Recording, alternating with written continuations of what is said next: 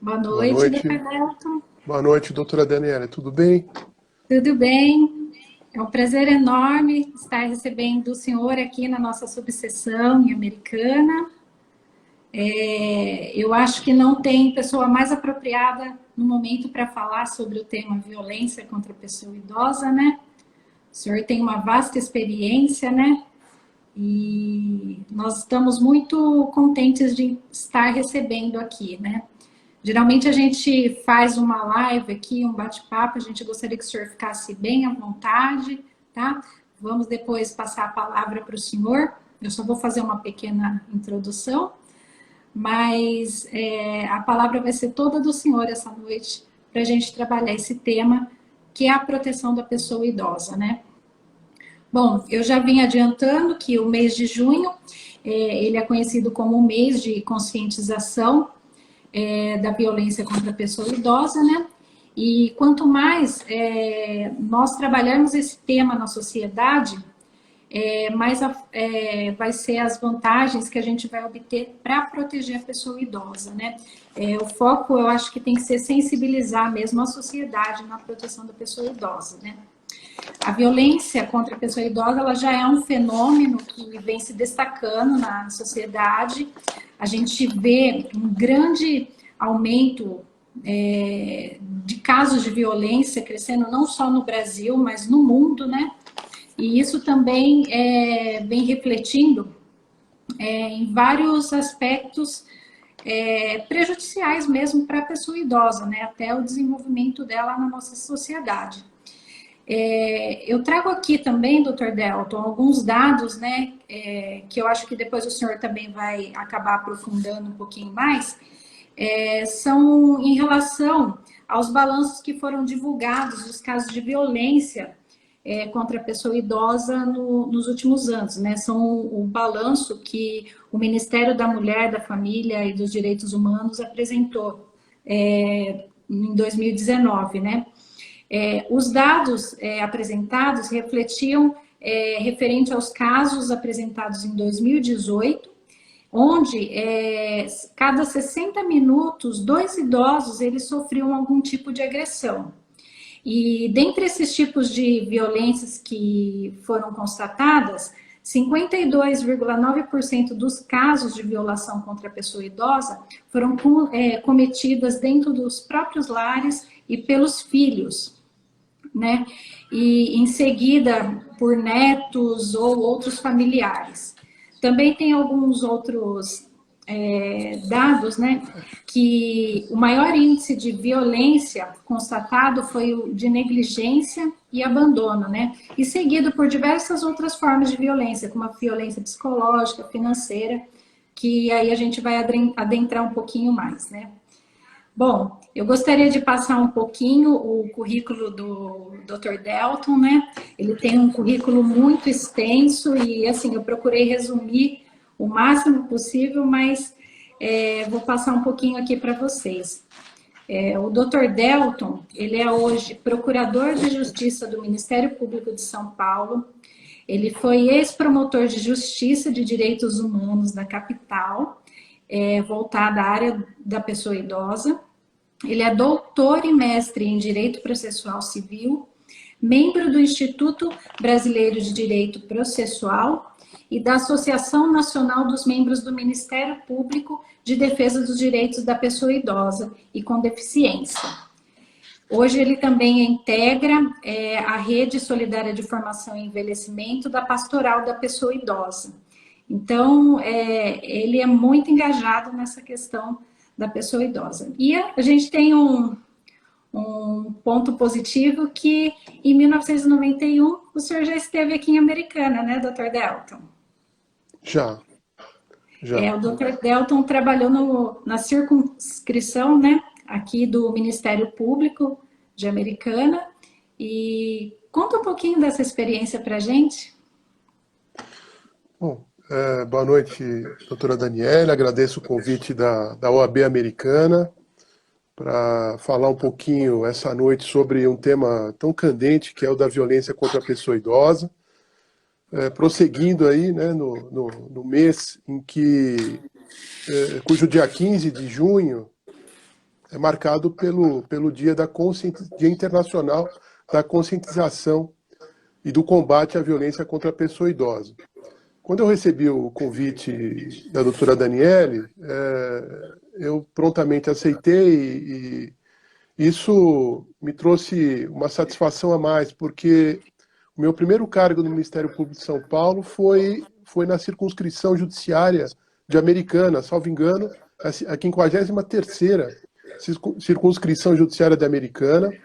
Eu não estive atuando exatamente na comarca de Americana, mas na região dessa circunscrição, né? Como eu já disse para a doutora Daniele, em Sumaré, Santa Bárbara do Oeste, onde eu dei meus primeiros passos no Ministério Público de São Paulo. E como dizia ela ainda ontem, né? Parece que isso aconteceu outro dia, né? E lá se vão aí quase 30 anos dessa passagem que eu tive por essa importante e interessante região, né? Uma região muito rica do estado de São Paulo. Eu cheguei a me hospedar em Americana, inclusive, né? Quando trabalhava em Santa Bárbara. Então eu tenho muitas boas lembranças, né? Apesar do excesso de trabalho que a região nos traz, mas eu tenho muitas boas lembranças, muito bem recebido pelos colegas de Americana na época. Então, como eu disse, parece que foi ontem, né?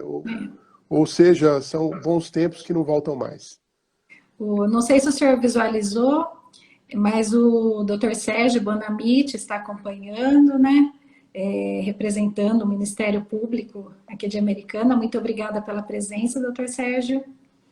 Então, eu só queria aproveitar, então, a menção do nome do Sérgio. O Sérgio foi um desses colegas que me recebeu calorosamente aí em Americana. Eu tenho isso guardado comigo, tanto que nós mantemos amizade até hoje, né?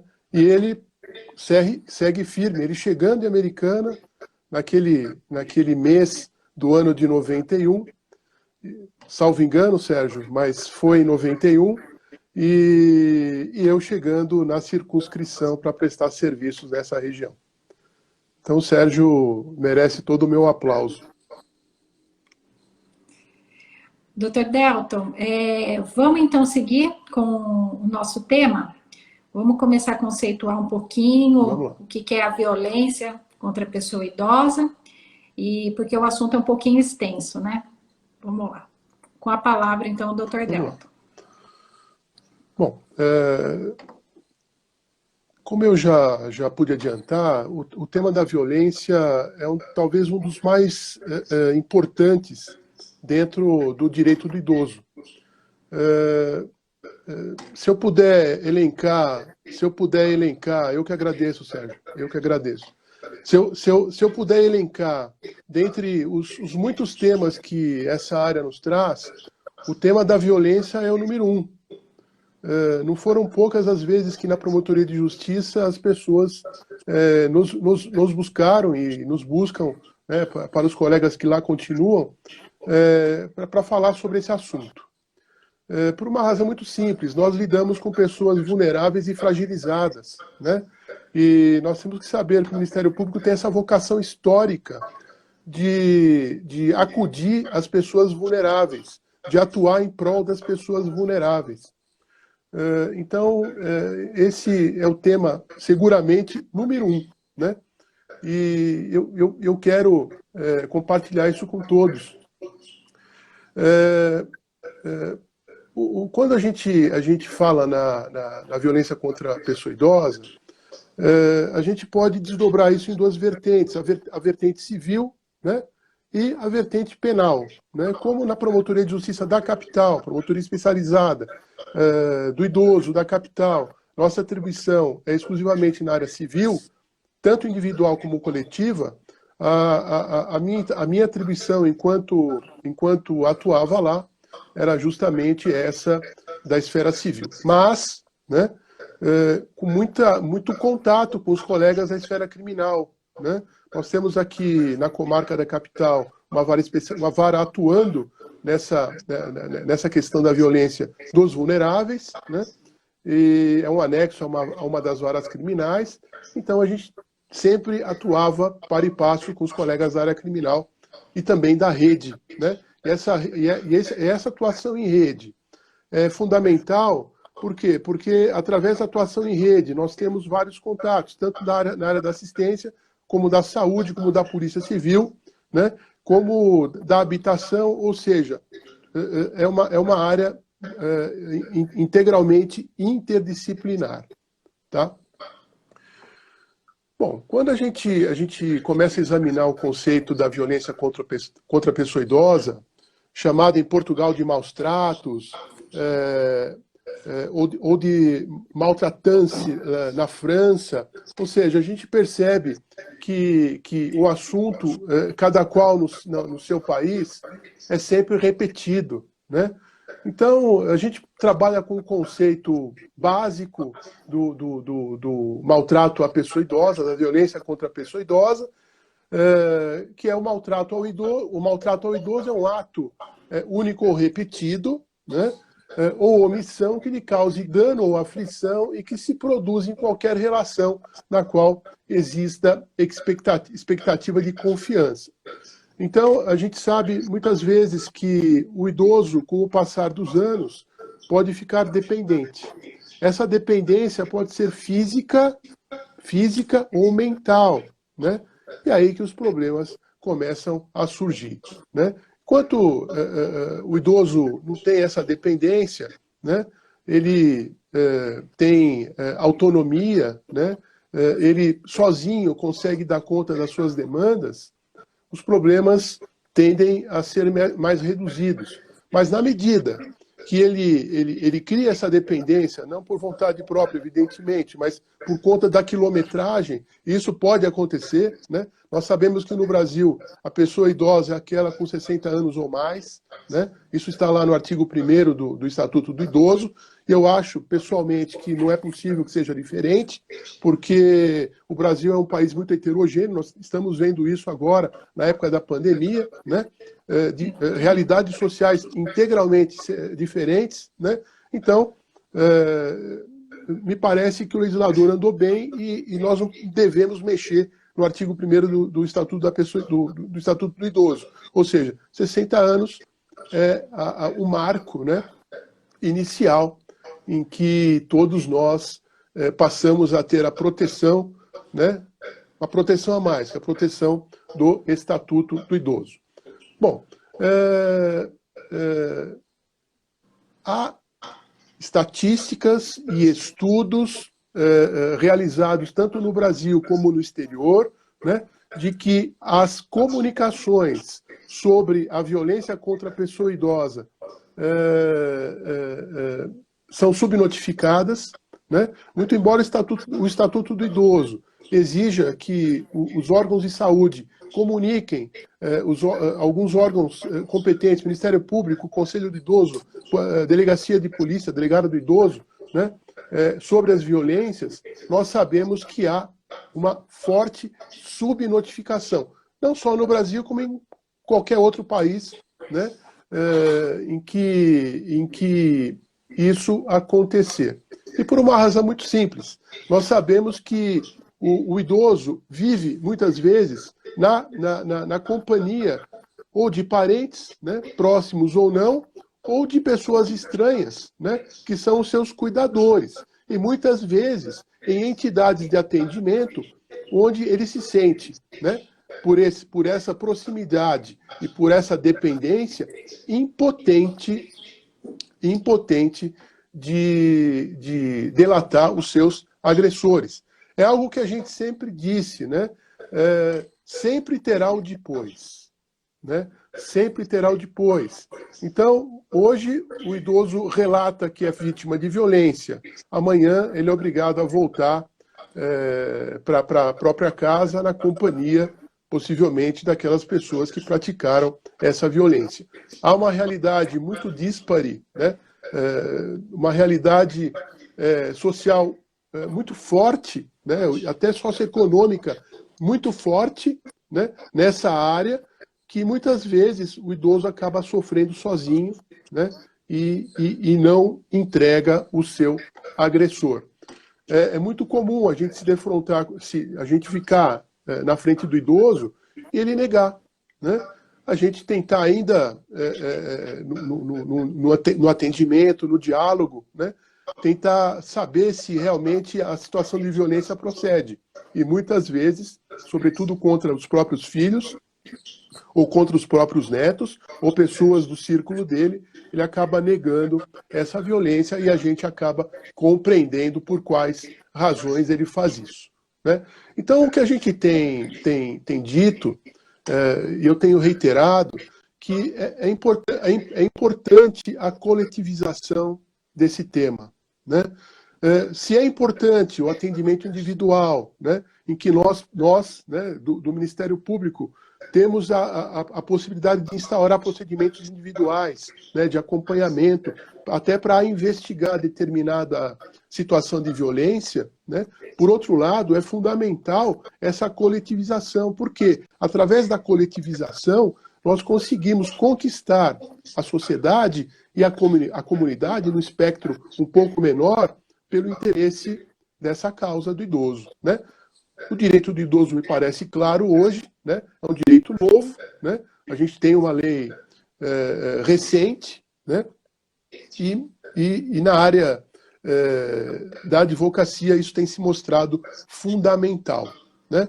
Não foram poucas as vezes em que os advogados nos procuraram, né, com problema de acumulação, né? O idoso acumulador, né? E os advogados muitas vezes, né, é claro, com aquela preocupação para com a dignidade do idoso, né, daquela pessoa idosa, né, acaba buscando auxílio e sugestões de como lidar com aquela determinada situação.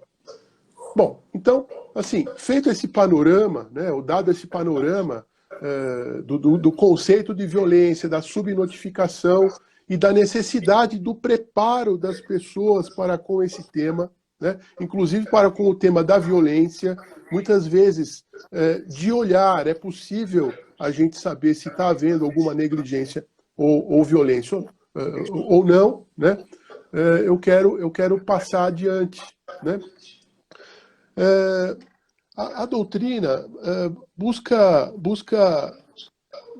motivos pelos quais as sociedades, em geral, né, acabam praticando a violência contra a pessoa idosa. E não foi só uma vez que eu encontrei esses motivos na doutrina. Eu queria trazer a todos, e até para reflexão, né, o que a doutrina diz sobre os motivos que levam alguns a maltratarem as pessoas idosas, né? Então, segundo essa doutrina, persistem os mitos e os estereótipos, né, sobre a velhice.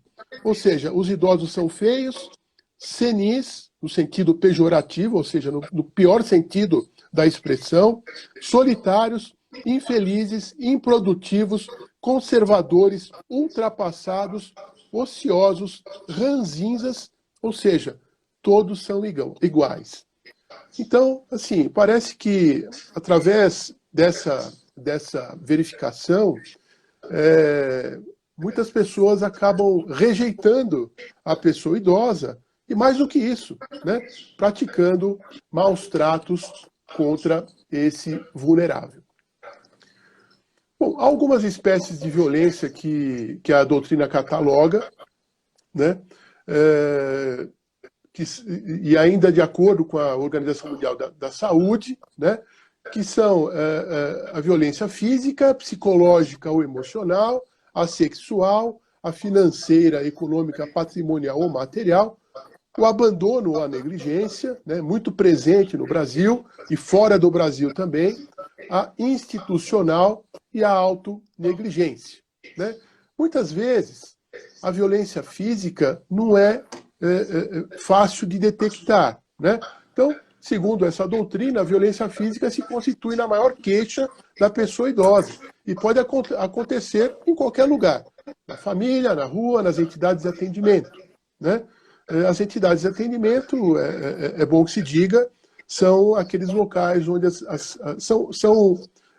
vamos usar uma expressão lá do Estatuto da Criança e do Adolescente, sem que nós devamos comparar idoso com criança e adolescente, né? Mas as entidades de atendimento são aquilo que eu costumo chamar do lar substituto, né? As ILPIs, né? Muitas vezes os centros-dia, onde o idoso vai e volta, fica em casa. Aqui nós temos centros de acolhida especiais para idosos, ou seja, são todos equipamentos onde essas violências podem acontecer. Bom, essa questão da violência física muitas vezes confunde, né, o indivíduo que acaba atendendo esse tipo de problema, né? Muitas vezes o idoso tem marcas, mas essas marcas não são de violência, né? São pela própria fragilidade da pele que permite deixar esse sinal, né? E outras vezes o próprio idoso acaba negando esse tipo de violência. Então, muito embora seja espécie e esteja classificada como violência, nem sempre é fácil de ser detectado. É claro que se a gente detecta, a gente documenta isso, né? E o agressor acaba respondendo tanto na esfera civil como na esfera penal. Na sequência, nós temos aí a violência psicológica, né? Que acaba sendo comum nessa relação idoso-terceiro, né? Ela pode se dar de diversas maneiras, como agressões verbais ou gestuais, com o objetivo de aterrorizar os idosos, humilhá-los, restringir sua liberdade ou isolá-los do convívio social. Eu lembro de um exemplo, e eu já dei isso em outras vezes, né? Esse exemplo outras vezes, do caso de uma cuidadora que ameaçava amarrar a idosa, né? Era uma casa de repouso, né, aqui da capital, e a reclamação, né, em visita de inspeção, a reclamação da idosa era de medo daquela cuidadora, porque volta e meia ela tinha essa prática de ameaçar, dizendo que iria amarrar, né? Bom, em primeiro lugar que nenhum idoso gosta de morar em casa de repouso, né? 99% deles pedem para ficar em casa, né? 99%. Alguns, claro, se dispõem a isso, mas 99% deles pedem para ficar em casa e não serem encaminhados para casas de repouso. Segundo lugar, você viver em um ambiente em que essa violência é presente, né? É presente e não tem ninguém para corrigir, né? Realmente a insatisfação acaba sendo redobrada. Mas apenas para que haja um exemplo aí da violência psicológica. Nós temos ainda a questão da violência sexual, né? Muito embora possa ser distante, né, da nossa realidade, a violência sexual contra a pessoa idosa, não é. Não são muitas as vezes que nós recebemos essas representações, mas, né, nós já a recebemos, né, quando muitas vezes idosas com transtorno mental, distúrbio mental, acabam sendo vítimas, né, de cuidadores, né, muitas vezes na hora da troca da fralda, e mesmo por ato voluntário, né, basicamente, especificamente do ato sexual. Então, segundo a doutrina, como toda conduta que atenta contra os bons costumes, aperfeiçoa-se pelo constrangimento da pessoa idosa à prática da conjunção carnal ou qualquer outro ato libidinoso, contra a sua vontade ou em situações em que o seu consentimento é considerado inválido. Bom, eu não quero dizer com isso que o idoso lúcido não possa namorar. O idoso, a idosa não possa namorar, né? também foram vários os casos em que, muitas vezes, filhos inconformados, né, chegavam até nós e dizendo, bom, e ele ou ela está namorando com fulano, né? Isso, inclusive, até em casa de repouso, né?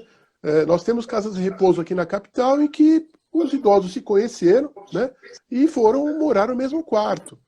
Ou seja, nós estimulamos essa prática. Agora, o idoso com demência, o idoso que não tem capacidade de aquecer, né, ou não tem discernimento nenhum mais, né, aí não é possível ele autorizar nada, né? Então, é importante que isso fique claro, né? Porque muitas vezes as pessoas acham que porque ficou velho, né? Ficou velho, a vida acabou. E não é bem assim, tá? Bom, nós temos aqui um dos problemas assim, mais constantes, que é o da violência patrimonial ou material, né? Ou financeira, como quer que seja, né? O nome que se dê. Então, assim, essa violência, essa espécie de violência ocorre muitas vezes dentro de casa, né? Muitas vezes fora de casa, e assim como as outras violências, ela é extremamente democrática, né? Ainda que o idoso receba, né, receba um benefício social lá, que é o BPC, né, que talvez todos conheçam, que é o benefício de prestação continuada, que está lá no SUAS, né, no Sistema Único da Assistência Social, né, o idoso com 65 anos, né, ele pode receber esse benefício do BPC. Né. Muitas vezes esses recursos acabam sendo, vamos dizer assim, capturados pelos próprios parentes, né? Seja através de um empréstimo consignado, né? Seja através de desvio mesmo. Tá? Já me perguntaram, bom, mas o idoso lúcido, ele pode ser vítima de violência? Bom, pode. Mas, ao mesmo tempo, ele pode autorizar um filho ou uma filha, ou um neto ou uma neta, né, a fazer esse empréstimo. E o que nós vamos fazer com isso? Nada. Né? Por quê? Porque ele tem discernimento, ele autoriza, né? E depois vem lá, descontado no seu benefício mensalmente, aquele valor, né? Que não pode ultrapassar 30% do benefício. Então, essa pergunta é frequente, né? E muitas vezes a gente percebe que o filho que se dispõe a cuidar, e muitos deles abandonam tudo para cuidar da mãe e para cuidar do pai, né? E isso, eu não sei se por ciúmes, ou por uma disfunção familiar, né? Ou por chatice mesmo, né? Muitos dos outros irmãos acabam reclamando, até mesmo representando contra o irmão cuidador, que largou tudo na sua vida. Isso é frequente, isso acontece, né? Para dizer que ele está subtraindo recursos da mãe ou do pai. Então, a gente precisa examinar esse tipo de situação com cuidado, né? Com bastante cuidado, para, assim, nem exagerar na dose, e nem também minimizar na dose, né? A gente não deve nunca superestimar nem subestimar essas notícias de violência. Todas devem ser devidamente avaliadas e investigadas, né?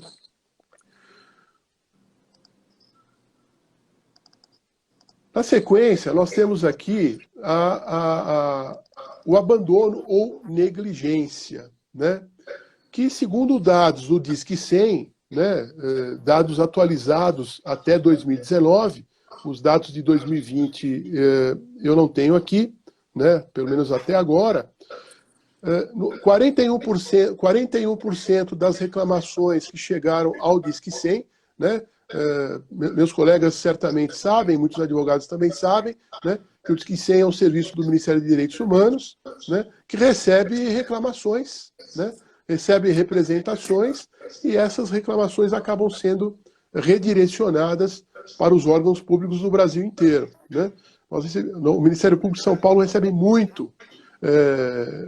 correspondência do Disque 100, né? Então, dentre as violências, a espécie negligência é o carro-chefe, né? É o que lidera ainda, né? Eu estava examinando dados aqui de 2018, já era a negligência, dados de 2012, já era a negligência como o número 1 das violências que atacam, né? Que atingem a pessoa idosa. Então, segundo a doutrina ainda, o abandono ou negligência ocorre por deficiências ou mesmo indiferença de órgãos públicos ou mesmo dos particulares envolvidos nos cuidados com o idoso. Aqui é importante eu dizer uma coisa. Há muito desconhecimento na área do direito do idoso. Primeiro que é uma área nova no Brasil, né? A gente percebe que as pessoas não conseguiram, muitas delas, apesar de trabalharem com a pessoa idosa, acabaram não se qualificando para esse tema, né? Ainda que faça parte de uma equipe técnica dentro de uma casa de repouso. Então, isso é comum, né? Então, a gente sempre tem batido aqui com o município. Eu cheguei, inclusive, a instaurar inquérito civil, né, dentro daquela ótica da coletivização, né, de que a capacitação da rede e das equipes técnicas e até mesmo da sociedade é fundamental. É fundamental, né? Quantas e quantas vezes a gente não recebe a reclamação, a representação de que nos bancos reservados do metrô, as pessoas que não têm direito à preferência acabam burlando essa preferência em detrimento da pessoa idosa. Ou seja, há necessidade da gente capacitar a sociedade, mostrar à sociedade sobre a importância, né, desses direitos. Não porque o idoso tem 60 anos, mas porque muitas vezes ele precisa daquele banco reservado, né? A mesma coisa nas vagas reservadas, né? Aqui em São Paulo, nós chegamos a fazer esse trabalho, né? Com a mudança do Código de Trânsito, né? E depois eu volto a falar disso. Mas fizemos esse trabalho para que todas as vagas reservadas, como tem que ser, né? O CT regulamentou isso, de acordo com o Código de Trânsito, né? Para que todas as vagas reservadas fossem sinalizadas em shopping centers, em hipermercados, né? E hoje, o indivíduo que para nessa vaga reservada, né, que não tiver o cartão lá do idoso ou da pessoa com deficiência, ele pode ser multado, e a multa é grave, 7 pontos na carteira. Tá? Então, assim, existe essa preocupação com a capacitação das pessoas nessa área. Muitas vezes, algo que pode estar parecendo uma negligência, né, a pessoa não tem nem noção do que ela está fazendo, e ela precisa ser orientada. Tá? Então, eu coloquei aqui como exemplo a falta de fiscalização das entidades de atendimento, né, a falta da administração de medicamentos, de cuidados com asseio corporal ou mesmo com a integridade dos que necessitam de medidas específicas para essa proteção. São subsumidos a essa modalidade, né? É interessante eu lembrar o seguinte, que, claro, né, o envelhecimento ele traz certas consequências, a que eu chamo de efeitos do envelhecimento. Né? Eu não quero dizer que o envelhecimento é sinônimo de incapacidade, não é isso. Né? Mas, muitas vezes, a gente já viu isso, né? É preciso, na casa da pessoa idosa, retirar aquelas armadilhas, né, em que ela facilmente pode se machucar. Né? Então, os tapetinhos que muitos idosos não querem que seja retirado, né?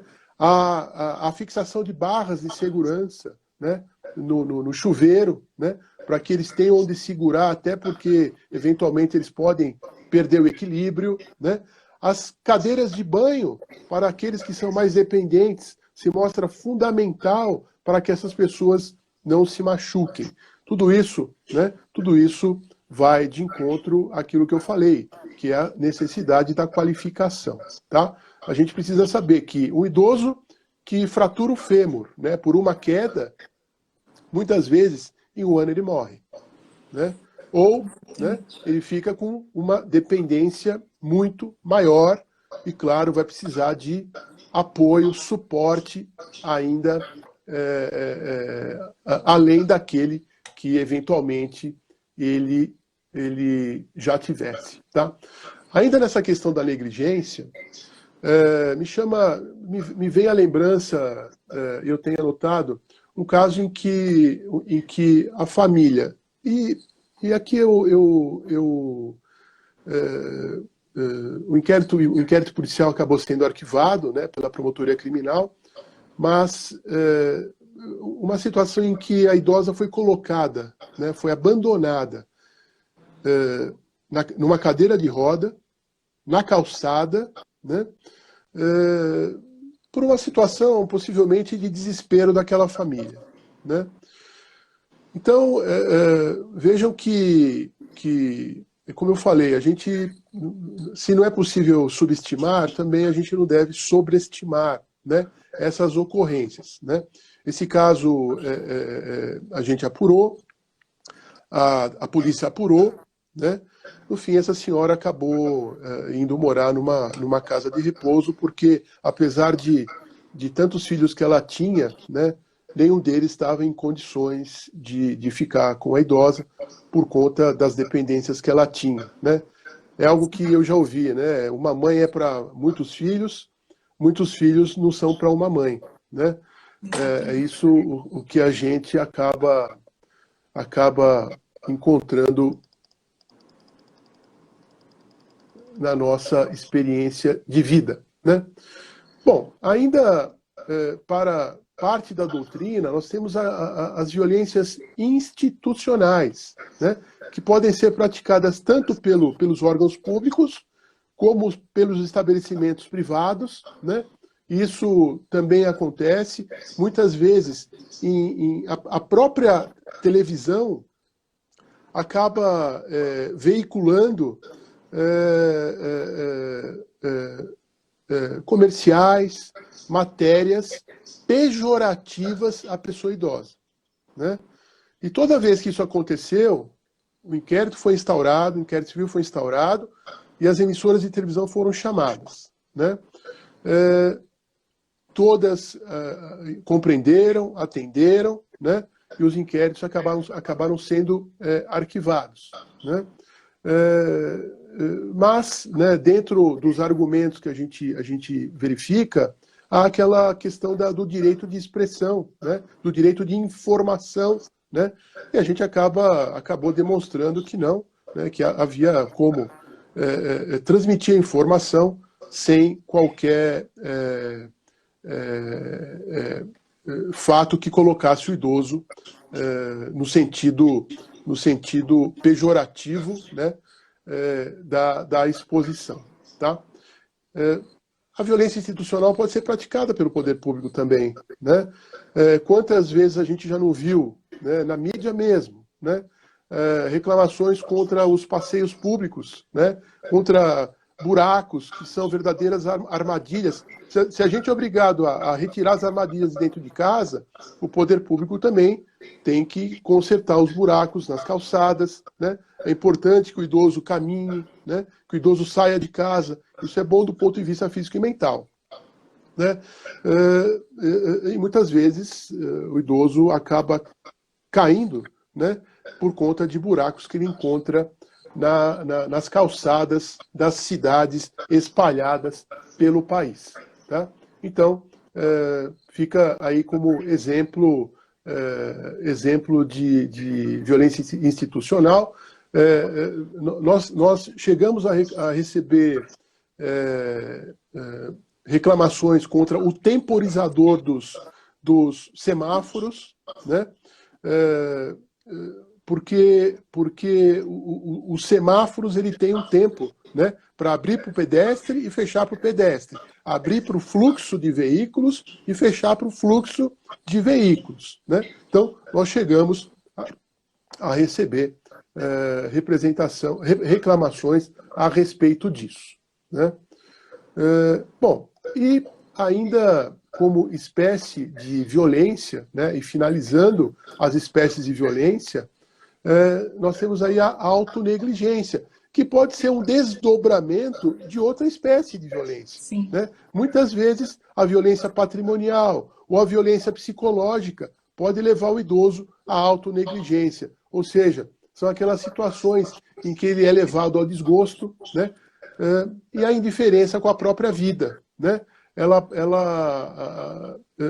Ele pode parar de comer, de tomar remédio, se isola, para de falar e se manifesta no sentido de que ele não quer mais viver, né?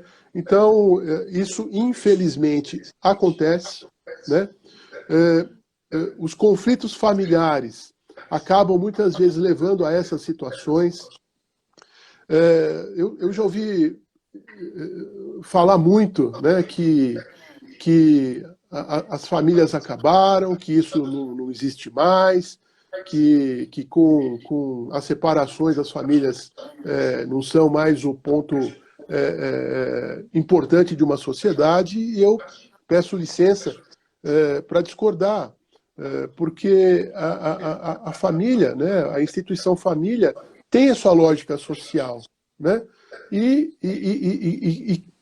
tenho certeza de que quando nós encontramos retaguarda familiar para cuidar do idoso, nós teremos sucesso em 90% do que vai precisar ser feito, né? E quando nós não temos essa retaguarda, e muitas vezes a gente pede essa retaguarda e não recebe essa retaguarda, né?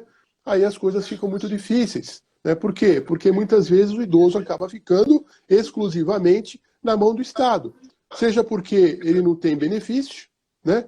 Imagine um idoso dependente com 62 anos, sem qualquer benefício, sem aposentadoria. Muitos não têm nem certidão de nascimento, eles não têm registro de nascimento, ou nem se lembram mais dele, né? Se tiveram um dia, né? Nós temos muitos migrantes aqui na cidade de São Paulo, e muitos não têm sequer registro de nascimento, ou sofreram um AVC, por exemplo, né? E perderam totalmente a sua capacidade mental, né? Então, ele fica exclusivamente nas mãos do Estado. É claro que nós, Ministério Público, temos essa atribuição, né, de pedir o registro, pedir em juízo, né, esse registro tardio, né? O judiciário reiteradamente defere, né?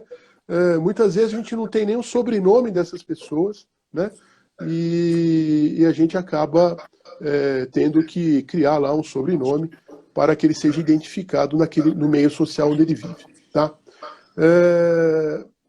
Então, essa questão da família é fundamental na área do idoso, né?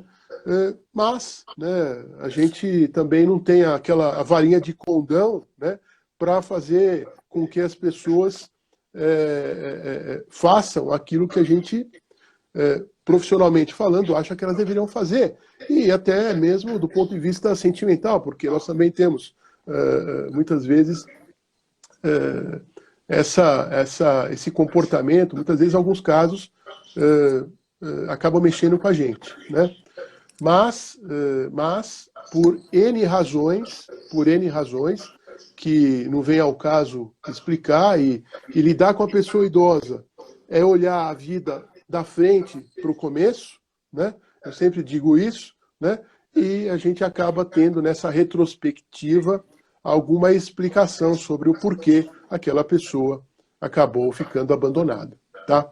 E foi a própria, e acabou partindo aí para a própria para a própria negligência, né? E muitas vezes até ao suicídio.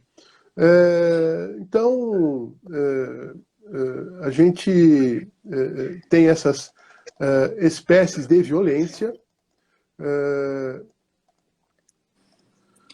Doutor Delton, tem hora Sim, que está dando uma cortadinha, né? Mas eu gostaria de esclarecer que é porque o senhor está no seu escritório particular, né? E tô na ele minha está lá em casa. São Paulo e às vezes está dando essa interrupção, às vezes dá uma cortadinha, mas está tranquilo, pode seguir. A gente tem aí cerca de 10 minutinhos aí também, então, para a Ok, gente encerrar esse bloco. ok. Bom, eu queria trazer então, na sequência, né, o perfil do agressor, tá? É, isso a gente também tira da doutrina, eu não criei nada, eu quase que acabo podendo testemunhar, né, aquilo que eu encontro na doutrina. Então, o agressor é um sujeito, né, que pode ser o marido ou a esposa, pode ser o filho ou a filha, o neto ou a neta, o genro ou a nora, ou alguém do círculo de vivência daquele idoso, né? Então ele vive na mesma casa em que a vítima, né? É um filho ou uma filha dependente financeiramente de seus pais em idade avançada, né? Isso é muito comum acontecer, tá?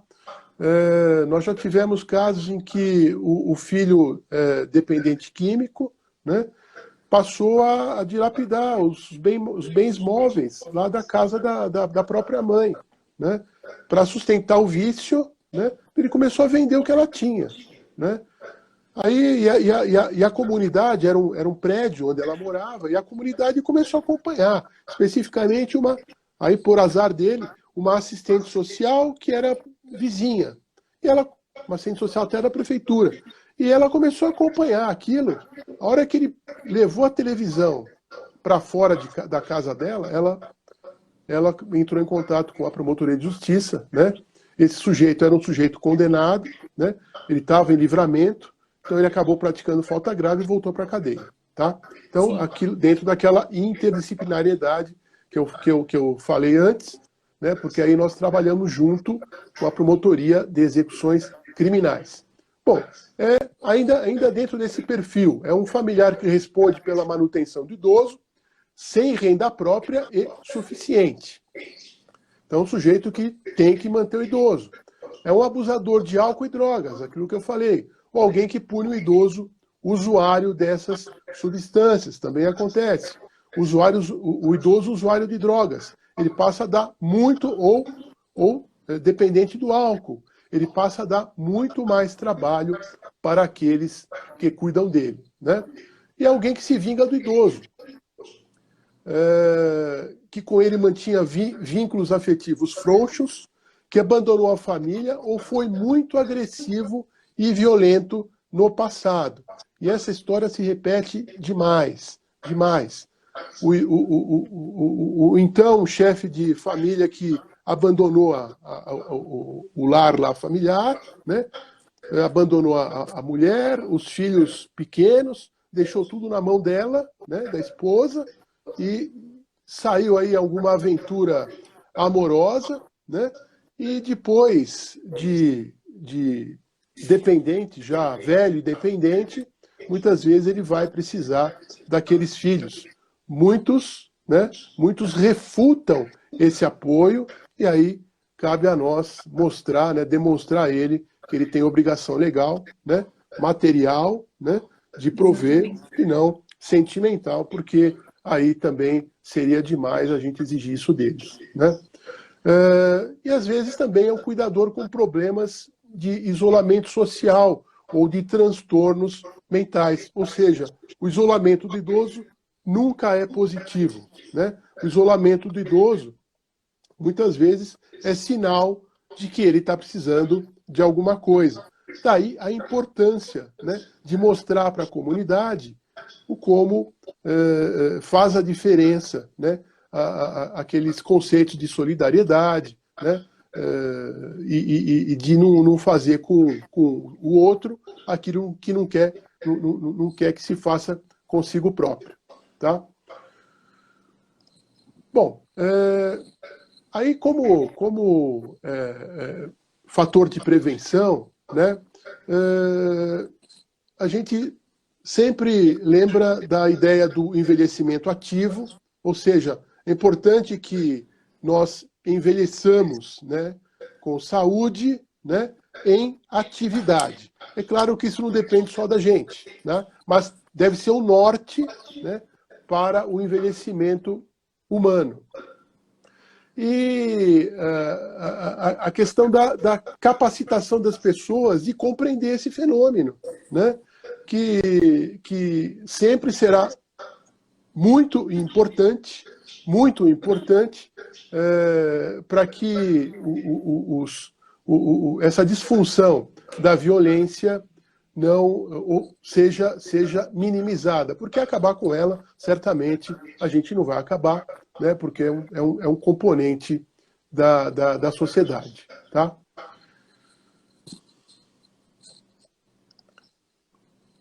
Bom, e como a gente faz, né, para reprimir esse tipo de ocorrência? Né?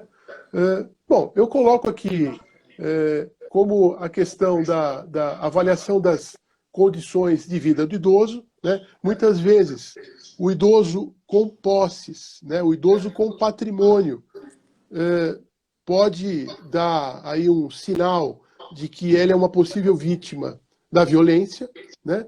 Então, é preciso tomar cuidado, né? Então, muitas famílias que abandonam a pessoa idosa por N razões, né? Mas essa pessoa idosa tem recursos, né? Depois não vai reclamar que alguém a lesou, né? E indiretamente lesou a família, né? A questão da capacitação, eu coloco também como item da repressão, a orientação de familiares, cuidadores da comunidade, essa integração e interdisciplinariedade, né, com diversos órgãos e pessoas que enfrentam as mesmas demandas, tem se mostrado importantíssima. Né? A gente sempre trabalhou muito perto da administração municipal aqui na comarca, né, com assistência social e com a saúde, basicamente, e com a vigilância sanitária, que é um órgão da saúde, sobretudo por quê? Porque a vigilância sanitária é um dos órgãos fiscalizadores das entidades de atendimento. E eles têm todo um olhar especializado sobre a questão das violências. Né?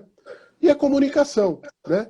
Diante de fatos que possam representar violência contra a pessoa idosa, não fiquem em dúvida. Né? Se preciso for, né, conversem, né? Conversem ou peçam orientação a quem está na área, muitas vezes o promotor de justiça, muitas vezes o delegado de polícia, muitas vezes o próprio conselho, né, municipal do idoso, que eu sei que em Americana tem, né, e muitas cidades do estado de São Paulo, salvo engano, todas já têm o conselho municipal, né, se não tiver o conselho estadual, e ainda todos os estados têm o conselho estadual, e na falta do conselho estadual, o Conselho Nacional tem essa incumbência. Ou seja, e voltando àquilo que eu falei no início, né?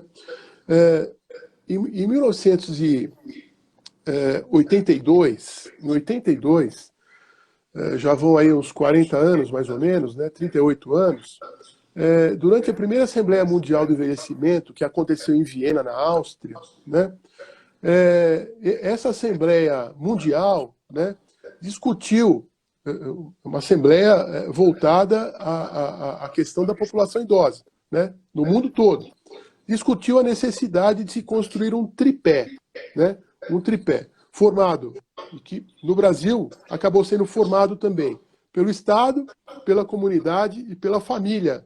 É o que nós encontramos lá no artigo 3º do Estatuto do Idoso. Né? Então, eu falo muito isso e algumas vezes eu fui contrariado. Por quê? Porque há pessoas, muitas delas da rede pública, achando que o Estado vai dar conta do envelhecimento populacional do Brasil, e não vai dar. Não vai dar. Essa demanda é muito forte e cada vez maior. Né? Cada vez maior. Então, em 82, durante essa Assembleia Mundial, já se discutiu a necessidade de criação desse tripé. Como falei, No Brasil, ele foi criado lá pelo Estatuto do Idoso, no artigo 3º. Não que a gente deva deixar tudo na mão do Estado, tudo na mão da família, tudo na mão da comunidade. A gente deve balancear, né, esse apoio, né, quando é possível fazer esse balanceamento. Porque quando o idoso não tem família, muitas vezes a gente acaba contando com o apoio da comunidade. Quantas e quantas vezes nós tivemos casos em que quem ia lá esquentar a comida do idoso era o faxineiro do prédio, né? Quem ia dar o remédio era a vizinha da idosa, né? Nos horários que ela tinha que tomar. Então, vejam que é o sistema do tripé funcionando, né? E o Estado, claro, né, através dos seus órgãos próprios, da saúde, da assistência, fazendo todo aquele acompanhamento que é fundamental. Tá? Bom, eu paro por enquanto e fico aberto aí a questões que eventualmente queiram fazer. Obrigado. Dr. Delton, muito obrigada, eu que agradeço. Para nós foi um verdadeiro ensinamento mesmo, uma aula. Nós temos alguns segundos aqui ainda, mas pode ser que caia a conexão, e aí, se não der tempo da gente encerrar, eu gostaria até da gente retomar, né? Mas pela OAB eu agradeço em nome da OAB, o Dr. Rafael Garcia, que está presente aqui acompanhando a nossa live, né? A doutora Adriana, do IBDPI, também do Instituto Brasileiro da Pessoa Idosa, o pessoal da Pastoral da Pessoa Idosa. Então, eu acho que foi uma verdadeira aula, tudo que o senhor falou aqui para a gente. E a sociedade, ela precisa entender, né, que o envelhecimento é só uma condição física do ser humano, ela não é um problema, né? Sim. Suas considerações finais, eu acho que a gente pode encerrar por aqui. E muito obrigada, doutor Delton.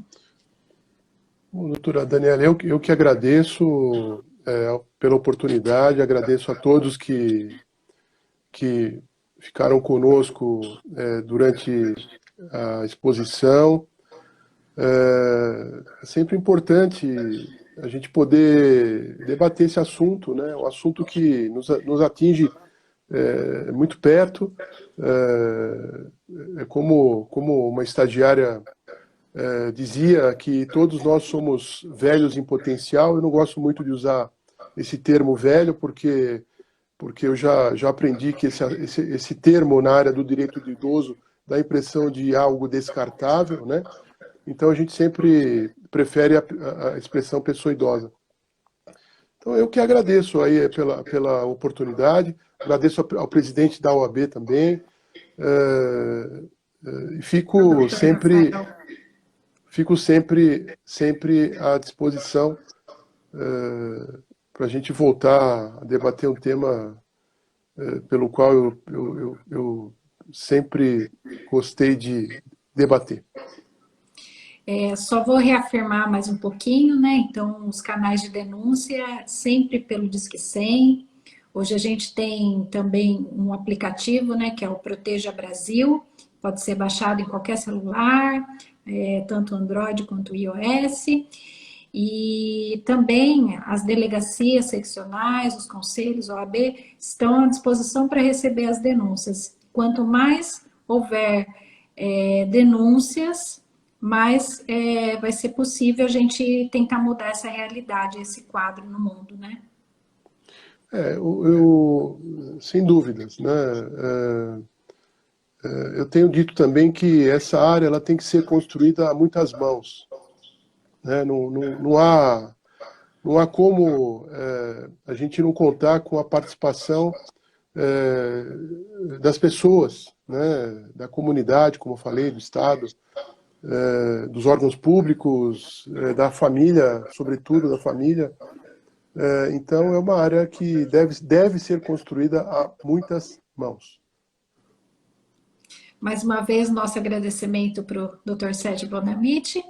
E muito obrigada, Dr. Delton. Uma boa noite para todos. Boa noite. Eu também queria agradecer mais uma vez ao meu dileto colega Sérgio, tá? Que ficou até o final, Foi uma honra bastante grande para mim, Sérgio. Um abraço. Um abraço a todos os demais que assistiram a essa live. Até mais, então. Muito obrigada. Tchau, Até tchau. mais. Boa noite. Boa noite.